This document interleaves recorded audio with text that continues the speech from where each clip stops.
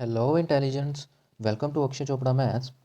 हम 10th class standard maths का 2023 का पेपर डिस्कस कर रहे हैं जिसका कोड है 3011 और सेट है 1। आज की हम वीडियो में उसका हम सेक्शन सी डिस्कस करने वाले हैं। बेटा सेक्शन ए और सेक्शन बी हम प्रीवियस वीडियोस में डिस्कस कर चुके हैं। उसका लिंक प्लस पिछले हमने जितने भी PYQs और सैम्पल पेपर्स डिस्कस कर रखे हैं सबका लिंक मैं डिस्क्रिप्शन में आपको प्रोवाइड कर दूंगा। तो डिस्क्रिप्शन में जाकर वो लिंक प्लेलिस्ट ज़रूर चेक करना। आज की हम वीडियो में सेक्शन सी से स्टार्ट करते हैं। सेक्शन सी में क्या कहा गया है? The first question is 26। Two tangents TP and TQ are drawn to a circle with centre O। दो टेंजेंट्स हैं, एक एक्सटर्नल पॉइंट से ड्रॉ करे गए हैं सर्कल के ऊपर। हमें क्या प्रूव करना है? PTQ is twice of OPQ। PTQ यानी कि ये वाला जो एंगल है that is twice of OPQ, ये वाले एंगल का डबल है। ओके, चलिए इसको आप एज अ थ्योरम भी याद रख सकते हो, MCQ में काम आएगा। ठीक है, मान लो ये एंगल गिवन है, इसको फाइंड करना है, ये गिवन है, इसको फाइंड करना है, तो आप डायरेक्ट रिजल्ट यूज़ कर सकते हैं। देखो कैसे सोल्व करना है इसको। बेटा देखना, आप अगर इस ट्रायंगल की बात करो PTQ, इस ट्रायंगल की मैं बात करूँ PTQ, सिर्फ इतना पोर्शन। बेटा ये देखना, ये ट्रायंगल है, इसमें TP और TQ आपस में इक्वल हो जाएंगे। Why? Because these are two tangents. Okay, और हमें पता है कि एक्सटर्नल पॉइंट से जब दो टेंजेंट ड्रॉ करे गए हैं तो उनकी लेंथ सेम होती है। अगर वो दोनों टेंजेंट्स आपस में सेम है तो इनकी ऑपोजिट एंगल यानी कि ये वाला एंगल और इसके ऑपोजिट ये वाला एंगल भी आपस में सेम हो जाएंगे। ये 9th क्लास की थ्योरम है। ठीक है, तो मैं स्टार्ट कर रहा हूँ in triangle PTQ। Okay, the first question is question number 26 in triangle PTQ। ठीक है, PT इक्वल्स टू TQ, यहाँ पे चलेगी आपकी थ्योरम 10.2। मैं थ्योरम का नाम लिख रहा हूँ लेकिन आपको पूरा सेंटेंस लिखना है। ठीक है, कि एक्सटर्नल पॉइंट से टेंजेंट ड्रॉ करेंगे तो वो लेंथ में सेम होती है। ठीक है, PT और PQ आपस में सेम है। अगर देखो PT और PQ आपस में सेम है तो उनके opposite angle let them be x, ये भी आपस में सेम हो जाएंगे। ठीक है, तो एंगल TPQ और एंगल TQP ये दोनों सेम हो जाएंगे। देयरफॉर एंगल TPQ और एंगल TQP आपस में सेम हो जाएंगे। Why? Because angles opposite to equal sides are equal. ठीक है, ये हम लिख लेंगे लेट देम बी एक्स, इसको हम एक्स का नाम दे देते हैं। अब एक्स का नाम देने से देखो बेटा क्या फ़ायदा हो जाएगा। फ़ायदा ये होगा कि मैं इसी ट्रायंगल में एंगल सम प्रॉपर्टी का यूज़ कर रहा हूँ, x प्लस PTQ। इसको मैं कोई नाम नहीं दूंगा क्योंकि PTQ मुझे क्वेश्चन में चाहिए। ठीक है, एंगल सम प्रॉपर्टी क्या कहती है कि तीनों एंगल को प्लस करूंगा तो 180 मिलेगा। तो x प्लस PTQ, समझे? तो ये क्या बन गया फिर x plus angle PTQ equals to 180 degree. ठीक है, अब देखना ध्यान से, 2x प्लस एंगल PTQ कितना आ गया बेटा? 180 डिग्री। ठीक है, let it be equation number 1।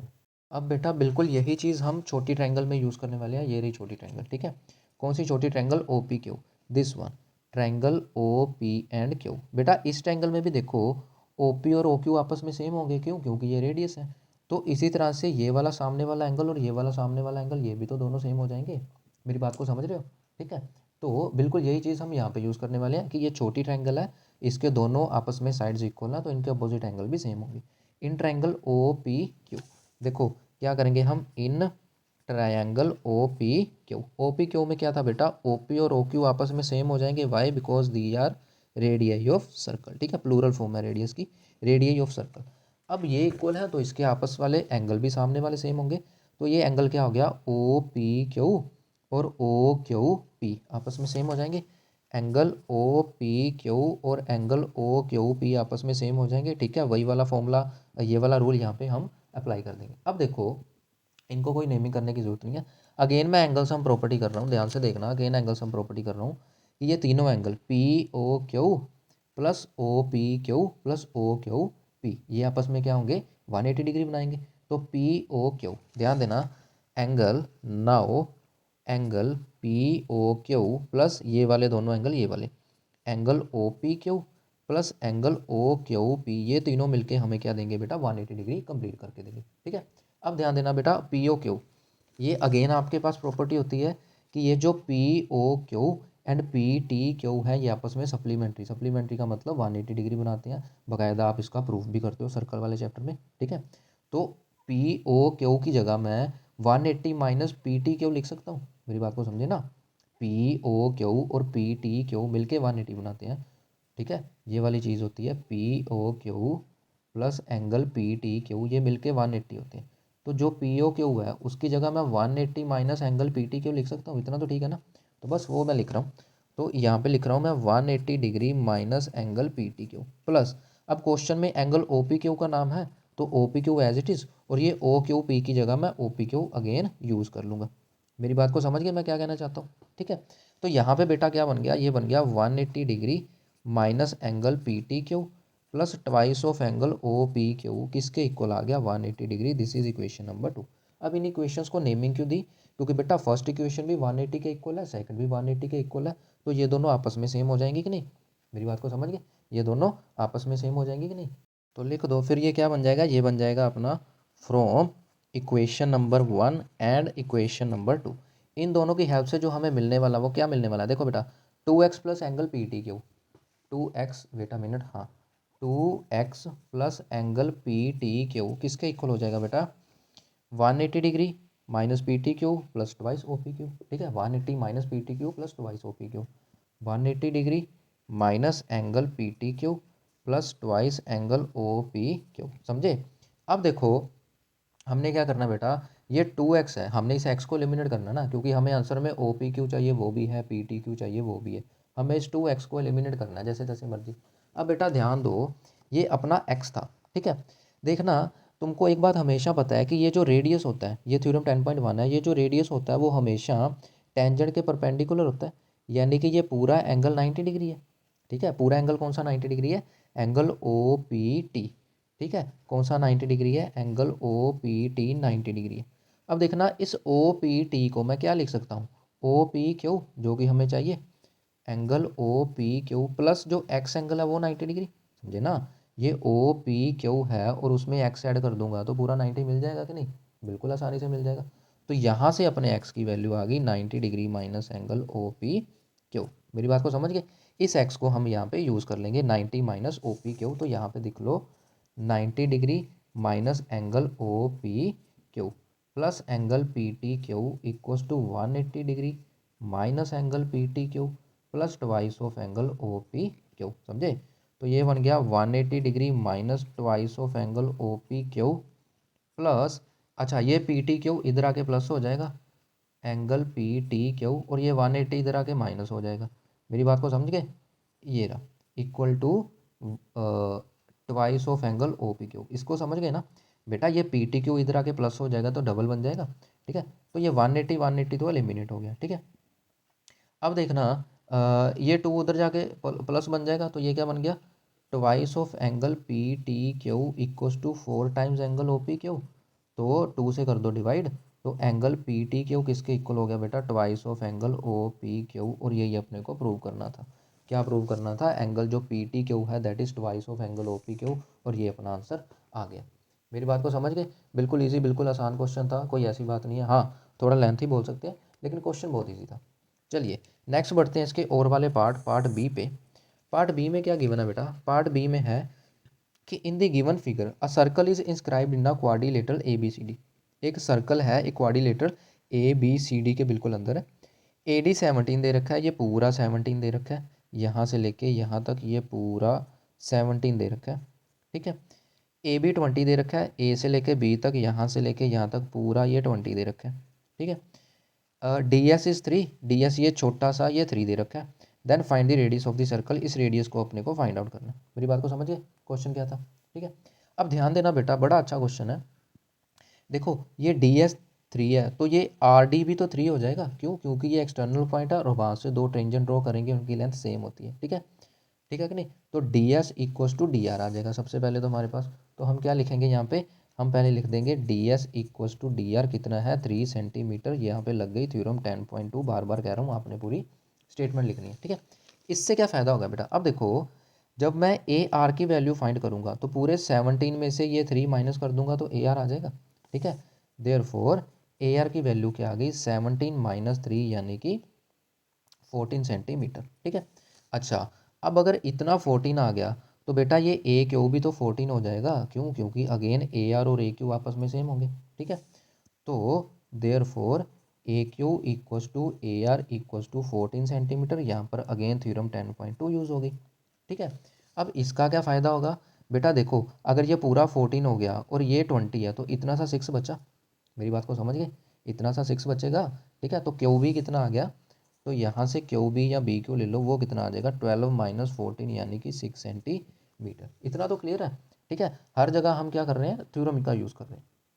देखना बेटा मेन ट्विस्ट आ गया, देखो ये एंगल 90 दे रखा है, हमें पता है कि टेंजेंट के ऊपर जो परपेंडिकुलर है, सॉरी टेंजेंट के ऊपर जो रेडियस है वो हमेशा परपेंडिकुलर होता है, तो ये भी 90, ये भी 90, और ये एक पूरा क्वाड्रिलेटर बन रहा है, क्वाड्रिलेटर के चारों एंगल्स 360 होते हैं, तो 90 90 90, तो ये भी रहा 90, यानी कि ये एक पूरा स्क्वायर नहीं बन गया बेटा, मेरी बात को समझ गए, ये एक पूरा स्क्वायर नहीं बन गया। O P B Q is a square, ठीक है।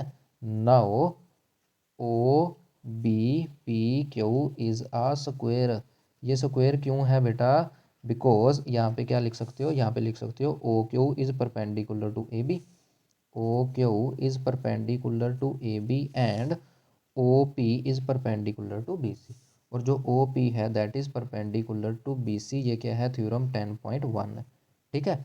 तो इस वजह से ये स्क्वायर हो गया, और स्क्वायर की सारी साइड सेम होती है। अब बी क्यू 6 आ गया, तो बेटा ये रेडियस ओ पी भी तो 6 आ गया फिर, ठीक है। देयरफॉर रेडियस कितना आ गया, रेडियस कितना आ गया, radius equals to B Q कितना आ गया 6 सेंटीमीटर, और यही अपने को फाइंड आउट करना था। ये तो बिल्कुल सिंपल, बिल्कुल अच्छा क्वेश्चन था, ठीक है। बस थ्योरम 10.1 10.2 बार बार बार बार बार बार यूज़ हो रही है, और मैं हमेशा कहता हूँ कि ये दो थ्योरम्स तो बहुत अच्छी और बहुत ही इंपॉर्टेंट है, क्योंकि इन्हीं दो थ्योरम्स के ऊपर पूरा चैप्टर डिपेंड है, पूरे चैप्टर में एक ही तो एक्सरसाइज है बेचारी, ठीक है, तो वही डिपेंड है। अच्छा, अब अगला क्वेश्चन करते हैं। Next question is trigonometry, sine 6 theta plus cos theta 6 theta twice minus 3 times sine 4 theta और cos 4 theta plus 1 equals to 0 prove करना है अपने आप को, ठीक है। अब देखो क्या करना है इसमें से, sine 6 theta plus cos 6 theta, पहले मैं इसकी स्टेटमेंट लिख लेता हूँ, that is question number 27, sine 6 theta plus cos 6 theta twice minus thrice of sine 4 theta plus cos 4 theta plus 1, इसको हमने जीरो के इक्वल प्रूव करना है, ठीक है। ये अपना क्वेश्चन है, इसको हमने जीरो के इक्वल प्रूव करना है। अब देखो कैसे करेंगे बेटा, तो 2 टाइम्स साइन 6 थीटा है, इसको मैं ऐसे लिख सकता हूँ साइन स्क्वायर थीटा का cube plus cos square theta का क्यूब, इतना तो क्लियर है, ठीक है। माइनस इसको लिख दो थ्राइस ऑफ साइन 4 थीटा और minus thrice of cos 4 theta plus 1। अब देखना बेटा ध्यान से, यहाँ पे a cube plus b cube का फॉर्मूला लग जाएगा, जो कि तुमको पता होना चाहिए। A cube plus b cube क्या होता है, ए plus b a square minus a b plus b square, ये अपना फॉर्मूला होता है a cube plus b cube का। तो यहाँ पर ये क्या हो जाएगा, ए प्लस बी, ठीक है, multiplied with a square sine square का स्क्वायर साइन 4 हो जाएगा, minus a into b plus b square cos square का स्क्वायर कोस 4 हो जाएगा, इतना तो क्लियर है, ठीक है। साथ में क्या आ जाएगा बेटा, minus 3 sine 4 theta minus 3 cos 4 theta plus 1, ठीक है। तो ये आ गया। अब देखो ध्यान से, आगे हम क्या करने वाले हैं, ये sign square theta plus cos square theta तो 1 हो जाएगा, ये तो हो गया लिमिनेट, इसको अंदर मल्टीप्लाई कर दो, ये बन जाएगा 2 sine 4 theta minus 2 sine square theta cos square theta और प्लस 2 कोस 4 थीटा, समझे। और ये आ गया 3 sine 4 theta minus 3 cos 4 theta plus 1, मेरी बात को समझिए। अब देखना बेटा, 2 साइन 4 और 3 साइन 4 माइनस साइन 4 थीटा हो गया, इसी तरह से 2 कोस 4 माइनस 3 कोस 4 बेटा माइनस कोस 4 थीटा हो गया, और ये क्या था, minus 2 sine square theta into cos square theta plus 1, ठीक है। अब आ गया अपना आंसर, बस एक दो स्टेप में आंसर आ गया। देखना बेटा, मैं यहाँ से माइनस कॉमन कर रहा हूँ, ध्यान देना, ये a square plus b square plus 2ab ऐसे नहीं बन रहा, अगर मैं इसको ये देखूँ, ये बन गया a square plus b square plus 2 into a into b, ये कुछ इस तरह से नहीं बन रहा, अगर मैंने माइनस कॉमन कर लिया तो बेटा ये क्या होता है, ए प्लस बी का होल स्क्वायर नहीं होता, तो यानी कि ये क्या बन गया, ए प्लस बी का होल स्क्वायर, समझे। अब sine square theta plus cos square theta 1 होता है अगेन, तो ये बन गया minus 1 plus 1 which is equal to 0, और यही अपने को प्रूव करना था, ठीक है। ये क्या बन गया, इक्वल टू 0, और यही अपने को प्रूव करना था, ये रहा, ठीक है। बिल्कुल इजी, बिल्कुल अच्छा, बिल्कुल सिंपल सा क्वेश्चन था। अब आगे बढ़ते हैं सरफेस एरिया एंड वॉल्यूम के क्वेश्चन पे, बहुत अच्छा, बहुत बढ़िया क्वेश्चन है। A room is in the form of a cylinder surmounted by a hemispherical dome एक सिलेंडर शेप में है जिसके ऊपर एक हेमिस्फीयर टाइप का डोम रखा हुआ है। मैं यहाँ पे डायग्राम बना देता हूँ, ये रहा, ये रहा। चलो आगे बढ़ते हैं। Question number, this is question number 28। ठीक है, क्वेश्चन नंबर 28 की डायग्राम क्या है बेटा, कि एक रूम है वो सिलेंडर की शेप में है, ये रहा, ये जो अपना रूम है यहाँ पे बना देता हूँ, ये सिलेंडर की शेप में है कुछ इस तरह से, ये सिलेंडर की शेप में है। ठीक है, इसके ऊपर क्या रखा हुआ है बेटा, हेमिस्फेरिकल डोम रखा हुआ है कुछ इस तरह से। इतना क्लियर है? ठीक है जी। अब आगे बढ़ते हैं, स्टेटमेंट क्या कहती है अपने को। स्टेटमेंट क्या कह रही है, the base radius of hemisphere is one half the height. जो रेडियस है वो हाइट का हाफ है, मतलब कि अगर हाइट h है तो अपना जो ये रेडियस है दैट इज़ h/2। मेरी बात को समझ गए, ये रेडियस कितना है, h/2। Find the total length of the room. इस रूम की बेटा टोटल लेंथ फाइंड करनी है, यहाँ से लेके यहाँ तक ये टोटल लेंथ अपने को फाइंड करनी है, जिसमें से बेटा ये तो रेडियस है, इतना तो h/2 हो जाएगा, और बाकी क्या बचा h, यानी कि जो अपने अपने को फाइंड करना है that is h plus h/2 that is 3h/2। इसको फाइंड आउट करना है, ये है टोटल लेंथ। समझे? तो यानी कि ले दे के हमें h को फाइंड करना है तो टोटल लेंथ आ जाएगी ना, इतना तो क्लियर है। ठीक है, बिल्कुल, अच्छा, बिल्कुल इजी क्वेश्चन है। अच्छा अब देखो इसको फाइंड आउट कैसे करना है। अच्छा वॉल्यूम दे रखा है, वॉल्यूम दे रखा है तो वॉल्यूम का फॉर्मूला लगा दो। अच्छा टोटल वॉल्यूम क्या हो जाएगा बेटा, volume of cylindrical part plus volume of hemispherical part, इतना तो क्लियर है। ठीक है, टोटल वॉल्यूम जो दे रखा है that is 1408.21। Volume of cylinder क्या होगा बेटा, πr² h, और वॉल्यूम ऑफ हेमिस्फीयर होता है 2/3 πr³। इतना तो ठीक है ना। ठीक है, फॉर्मूला ज़रूर अप्लाई किया करो, बार बार बोलता हूँ, इसके मार्क्स होते हैं। तो 1408/21 इक्वल्स टू, पाई को अगर हम कॉमन कर लें तो बेटा रेडियस क्या था, हाफ ऑफ द हाइट थी। ठीक है, प्लस 2/3 रेडियस क्या था, हाफ ऑफ द हाइट थी। बात को समझ गए? ठीक है, तो 1408/21 यहाँ पे पाई को बोला हुआ है 22/7 लेना है। अच्छा यहाँ पे क्या बन गया, h³/4 प्लस यहाँ पर एक 2 तो कट जाएगा, ये बन गया h³/4 3 ज़ा 12। ये समझे क्या किया, ये तो 2 का स्क्वायर 4 हो गया, यहाँ पर एक 2 कट जाएगा तो 2 का स्क्वायर बचा विच इज़ 4, 4 × 3 कितना हो गया, 12 हो गया। ठीक है, ओके, तो ये बन गया 1408/21 इंटू 7/22। अगर हम इसका एलसीएम लेंगे तो that will be 3h³ plus h³/12, कुछ इस तरह से बन जाएगा, इक्वल टू का साइन। ठीक है, बस आगे बेटा सोल्व भी कर रहे हैं और कुछ नहीं है। तो 1408/21 इंटू 7/22 इसको भी कर दो 12/4 इक्वल्स टू h³। मेरी बात को समझे, ये बन जाएगा 4h³/12, ये ऐसे बन जाएगा ना, 4h³/12 ये बन जाएगा, तो ये 4/12 वहाँ पे जाके 12/4 हो गया। ठीक है, अब बस इसकी कटिंग कर दो और कुछ नहीं। 4 1 ज़ा 4, 4 3 ज़ा 12, 7 1 ज़ा 7, 7 3 ज़ा 21, और 3 के साथ 3 कैंसिल आउट हो गया। ठीक है, इसको 2 पे कर दो, ये बन जाएगा 11, इसको 2 से करा तो ये बन जाएगा 704। ठीक है, तो ये 11 पे कट हो जाएगा, ये बन जाएगा 11 6, आगे बचा 44 और 64। तो h³ की वैल्यू के आगे बेटा 64 आ गई, h³ की वैल्यू के आगे 64, मैं यहीं पे कर देता हूँ ताकि कन्फ्यूजन ना हो। h³ की वैल्यू के आगे 64, जहाँ से h के आ गया बेटा 4 सेंटीमीटर, सेंटीमीटर नहीं, यहाँ पे मीटर गिवन है, तो h कितना आ गया 4 मीटर, हाइट 4 मीटर आ गई। ठीक है, अब देखो ये h क्या था बेटा, ये h सिर्फ सिलेंडर की हाइट थी, हमें उसने क्या पूछ लिया, टोटल हाइट। तो टोटल हाइट क्या होगी, h प्लस h/2, क्योंकि उसने बोला ना रेडियस जो है वो हाइट का हाफ है, तो h प्लस h/2 आ गया। मेरी बात को समझे?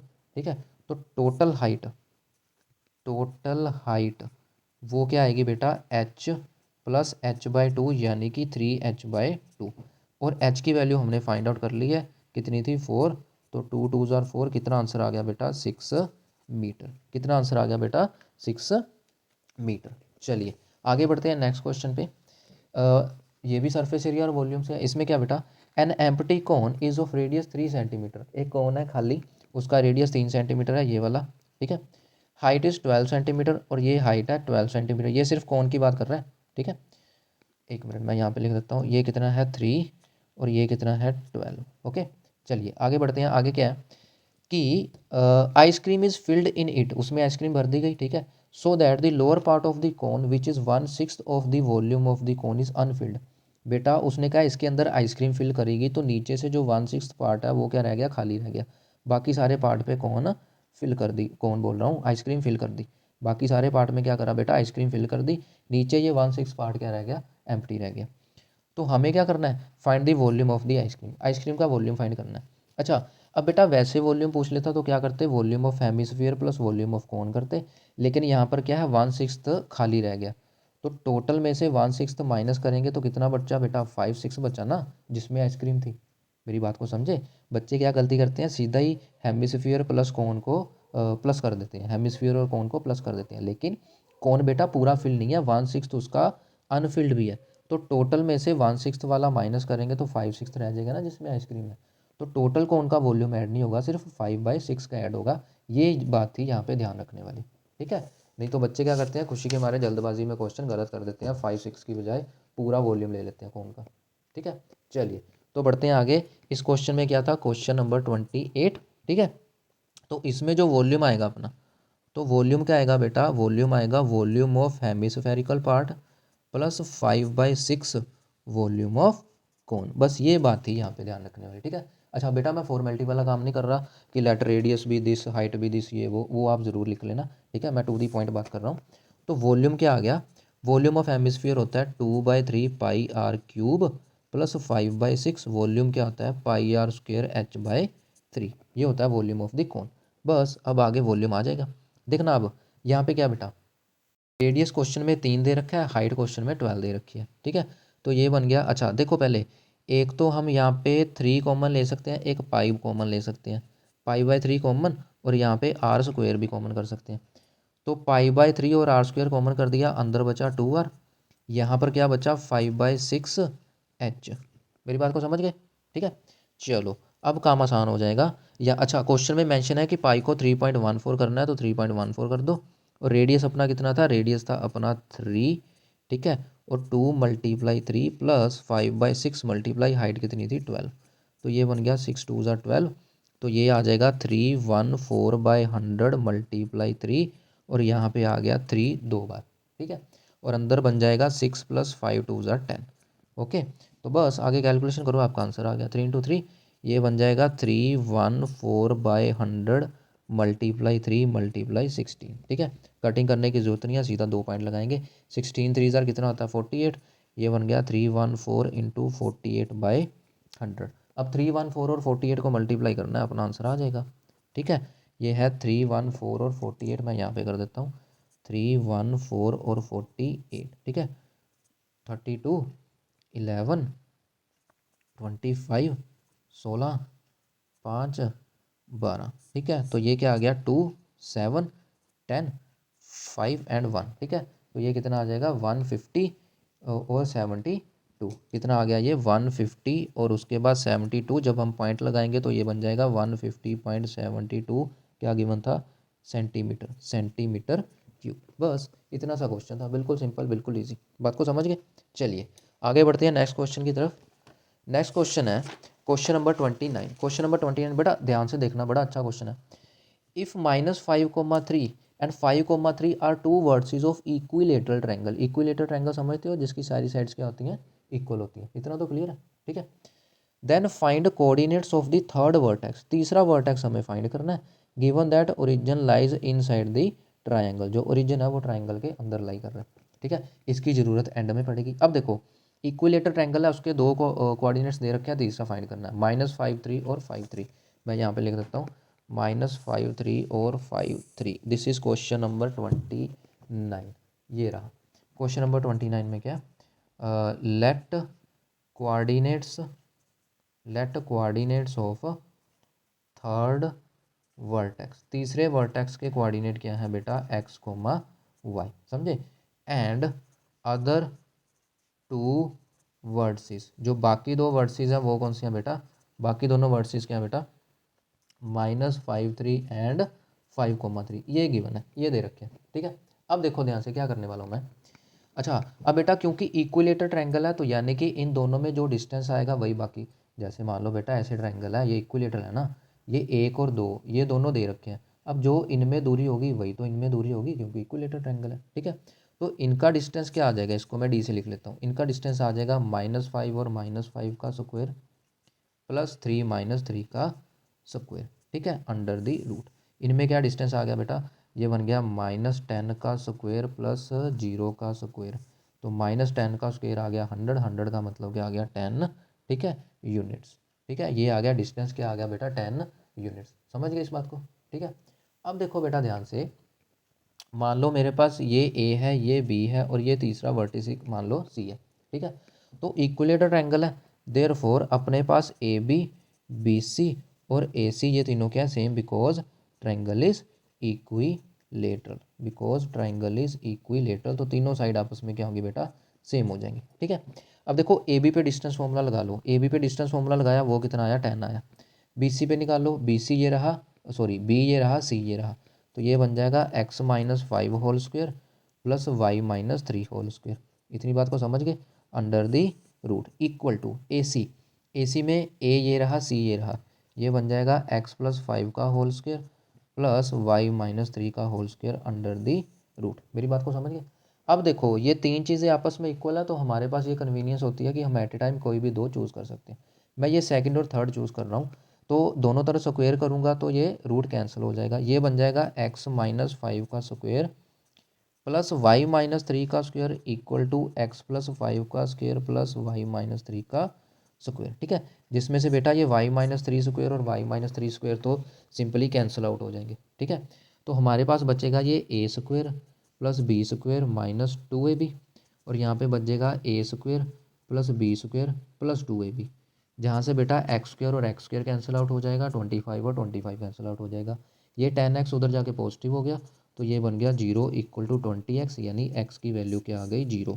x की वैल्यू 0 आने का मतलब क्या हुआ कि वो जो पॉइंट है बेटा वो y एक्सिस पे लाई कर रहा है। ठीक है, अब y की वैल्यू निकालनी है, तो इसके लिए बेटा तुम इन दोनों को इक्वल कर दो या फर्स्ट और थर्ड वाले को इक्वल कर दो, वो आपकी मर्जी। ठीक है, तो अगर मैं फर्स्ट और थर्ड को आपस में इक्वल करूँगा तो ये बन जाएगा x+5 का होल स्क्वायर प्लस y-3 का whole square under the root कितना आ गया बेटा 10 आ गया। ठीक है, अब देखो x तो 0 है, तो ये बन गया 25 प्लस यहाँ पे आ गया a square plus b square minus 2ab equals to 100। 100 क्यों आ गया? क्योंकि दोनों तरफ मैंने स्क्वेयरिंग कर दी ताकि मैं रूट को एलिमिनेट कर सकूँ। ठीक है, मेरी बात को समझ गए?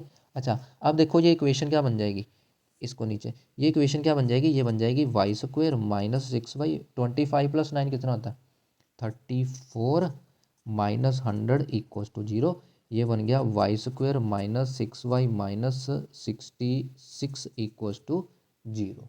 बेटा इसके रूट्स फाइंड आउट करने पड़ेंगे क्वाड्रेटिक फॉर्मूला से, और कोई नहीं है, minus B plus minus B square -4 × a × c under the root upon 2 × a, यही होता है फॉर्मूला। तो y equal to 6 plus minus 36 plus 66 और 4 कितना हो गया 132 under the root upon 2। Okay, तो मैं यहाँ पे कंटिन्यू कर लेता हूँ, यहाँ पे ठीक है, दिख रहा है, हाँ दिख रहा है। तो y की वैल्यू क्या आ गई बेटा, यहाँ से y की वैल्यू आ गई 6 प्लस माइनस, इसको करा 6 और 2 कितना आ गया 8, 13 और ये आ गया 168 डिवाइड बाई 2। अब 168 का रूट फाइंड आउट करना है।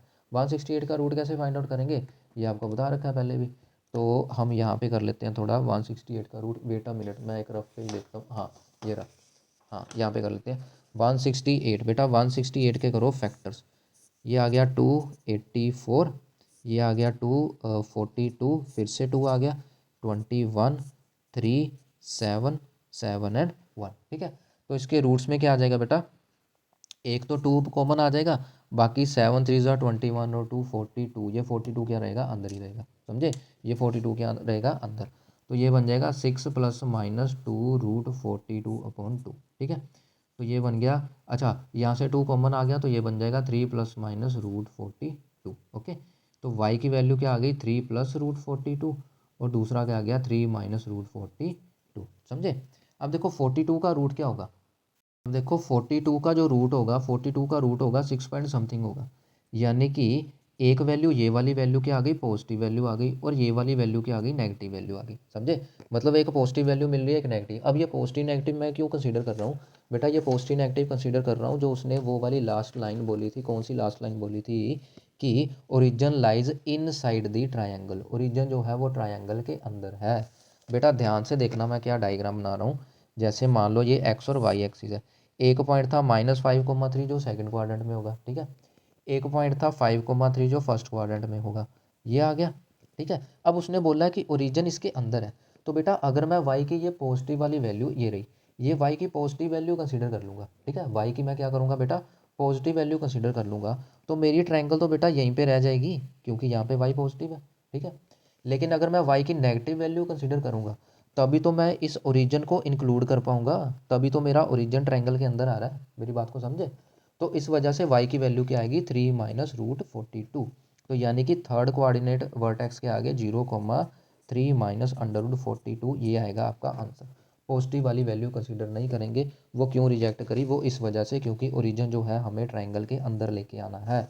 अगर हम पॉजिटिव वैल्यू लेंगे तो ओरिजिन जो है जो ओरिजिन है वो ट्रायंगल के बाहर रह जाएगा। मेरी बात को समझ गए, ये था अपना कॉन्सेप्ट, ठीक है। चलिए अब बढ़ते हैं नेक्स्ट क्वेश्चन पे, क्वेश्चन नंबर 30। बेटा क्वेश्चन नंबर 30 मैं सोल्व नहीं करूँगा, वो है prove that root 5 is irrational. ये मैंने बड़े अच्छे तरीके से बता रखा है, इसका मैं लिंक ऊपर आई बटन में डाल दूंगा, आप वहाँ से ज़रूर चेक करना उस वीडियो को, बड़े अच्छे से बता रखा है, ठीक है। अगर मैं यहाँ पे भी सोल्व करूँगा फिर से 10 मिनट लगेंगे तो वीडियो बड़ी बन जाएगी।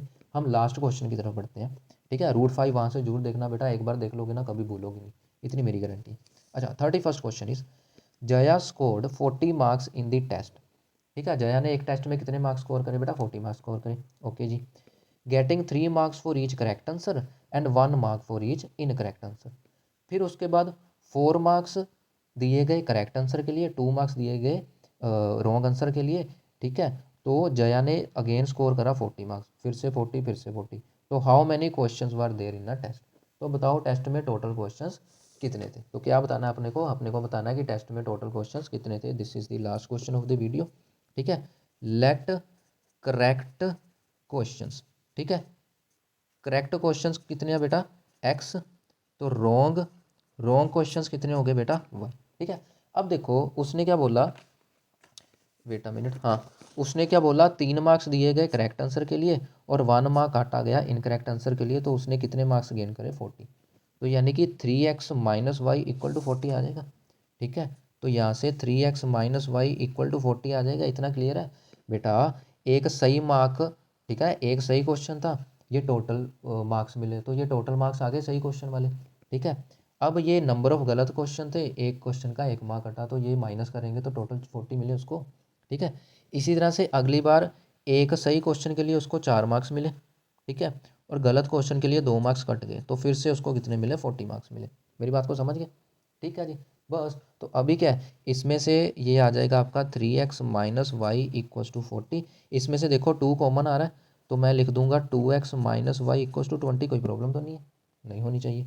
तो चलिए मैं इनके साइन चेंज करके यहाँ पे क्या कर देता हूँ, सॉरी यहाँ पे माइनस आएगा, तो ये तो कट गया, 3x माइनस 2x आ गया x, और 40 माइनस 20 कितना आ गया 20, x की वैल्यू आ गई 20, x की वैल्यू 20 आ गई, जहाँ मर्जी पुट करो y की वैल्यू आ जाएगी।